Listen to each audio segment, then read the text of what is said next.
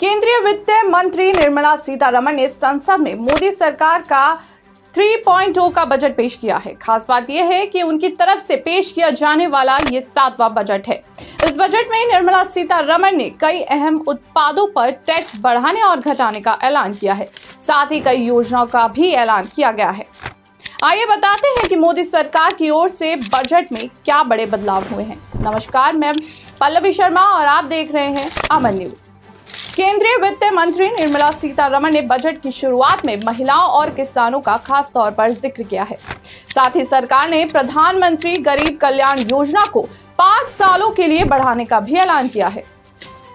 वित्त मंत्री ने 5 योजनाओं के लिए प्रधानमंत्री पैकेज का ऐलान किया है। इनका मकसद रोजगार और प्रशिक्षण को मजबूत बनाना है।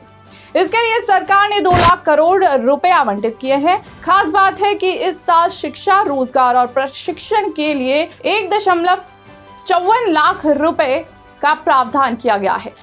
युवाओं के लिए सरकार ने उच्च शिक्षा के लिए 10 लाख रुपए लोन देने का ऐलान किया है। यह सहायता विशेष रूप से उन छात्रों को दी जाएगी जो किसी भी सरकारी योजना का लाभ नहीं ले पा रहे हैं। इसके लिए 1 लाख छात्रों को हर साल ई-वाउचर भी दिए जाएंगे। प्रधानमंत्री आवास योजना को लेकर भी सरकार ने बड़ा ऐलान किया है। पीएम आवास योजना के तहत 3 करोड़ अतिरिक्त घर बनाए जाएंगे। यह योजना ग्रामीण और शहरी दोनों क्षेत्रों में लागू होगी। नई इंटर्नशिप योजना का ऐलान किया गया है। कहा जा रहा है कि इससे 1 करोड़ युवाओं को फायदा मिलेगा। सरकार का कहना है कि 5 सालों में 500 शीर्ष कंपनियों में 1 करोड़ युवाओं को इंटर्नशिप का मौका दिया जाएगा। इस दौरान 5,000 रुपए हर महीने मिलेंगे। खास बात यह है कि रोजगार के अवसर के लिए युवा इसके जरिए अनुभव हासिल कर सकेंगे। वहीं फॉर्मल सेक्टर में पहली बार नौकरी की शुरुआत करने वालों को 1 महीने का वेतन दिया जाएगा। यह वेतन डायरेक्ट बेनिफिट ट्रांसफर के जरिए 3 किस्तों में जारी होगा। इसकी मिनिमम अमाउंट 15,000 रुपए होगी। वहीं ईपीएफओ में रजिस्टर्ड लोगों को ही यह मदद मिल सकेगी। योग्यता सीमा 1 लाख रुपए प्रति महीने होगी। इससे 2.10 करोड़ युवाओं को फायदा होगा। सरकार रोजगार में प्रवेश करने वाले 30 लाख युवाओं को भी फायदा देने जा रही है। यह फायदा भविष्य निधि यानी पीएफ में 1 महीने के योगदान के रूप में मिलेगा। वित्त मंत्री निर्मला सीतारमण ने केंद्रीय बजट 2024-25 में अर्थव्यवस्था में पर्याप्त अवसर उत्पन्न करने के लिए 9 प्राथमिकताओं की घोषणा की है। इन 9 प्राथमिकताओं में उत्पादकता, रोजगार, सामाजिक न्याय, शहरी विकास, ऊर्जा सुरक्षा, बुनियादी ढांचा, नवाचार और सुधार शामिल है। आपको बता दें कि अगले 2 सालों में 1 करोड़ किसान प्राकृतिक खेती का रुख करेंगे। वहीं इंफ्रास्ट्रक्चर के लिए सरकार ने बहुत बड़ा ऐलान किया है, जिसमें 11.11 लाख करोड़ रुपए पूंजीकृत व्यय के लिए आवंटित किए गए हैं। खास बात है कि भारत की जीडीपी का 3.4% होगा। मुद्रा योजना के तहत ऋण सीमा भी दोगुनी यानी 20 लाख रुपए की जाने की बात कही गई है। इसके अलावा केंद्र सरकार 100 शहरों में निवेश के लिए तैयार औद्योगिक पार्कों को भी बढ़ावा देगी।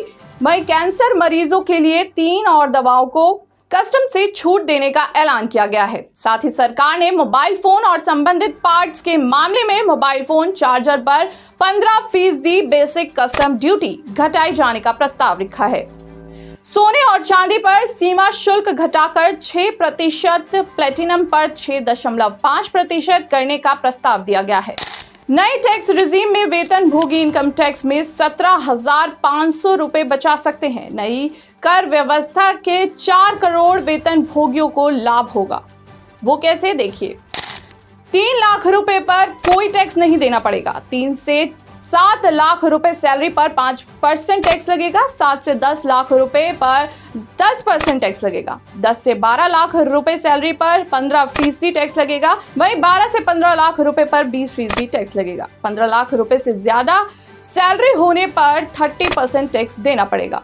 गौरतलब है कि इस बार एनडीए यानी नेशनल डेमोक्रेटिक अलायंस में जनता दल यूनाइटेड और तेलुगु देशम पार्टी की भी भागीदारी रही है, क्योंकि भारतीय जनता पार्टी हाल ही में संपन्न हुए लोकसभा चुनाव में पूर्ण बहुमत हासिल नहीं कर पाई।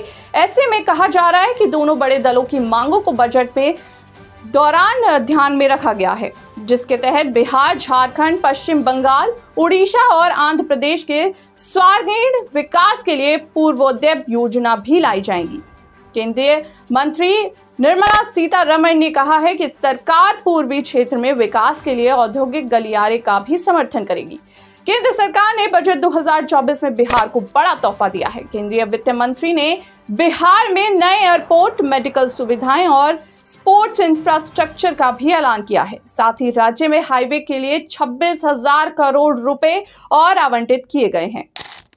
फिलहाल के लिए इतना ही। ऐसी ही तमाम जानकारी से जुड़े रहने के लिए आप देखते रहिए अमन न्यूज।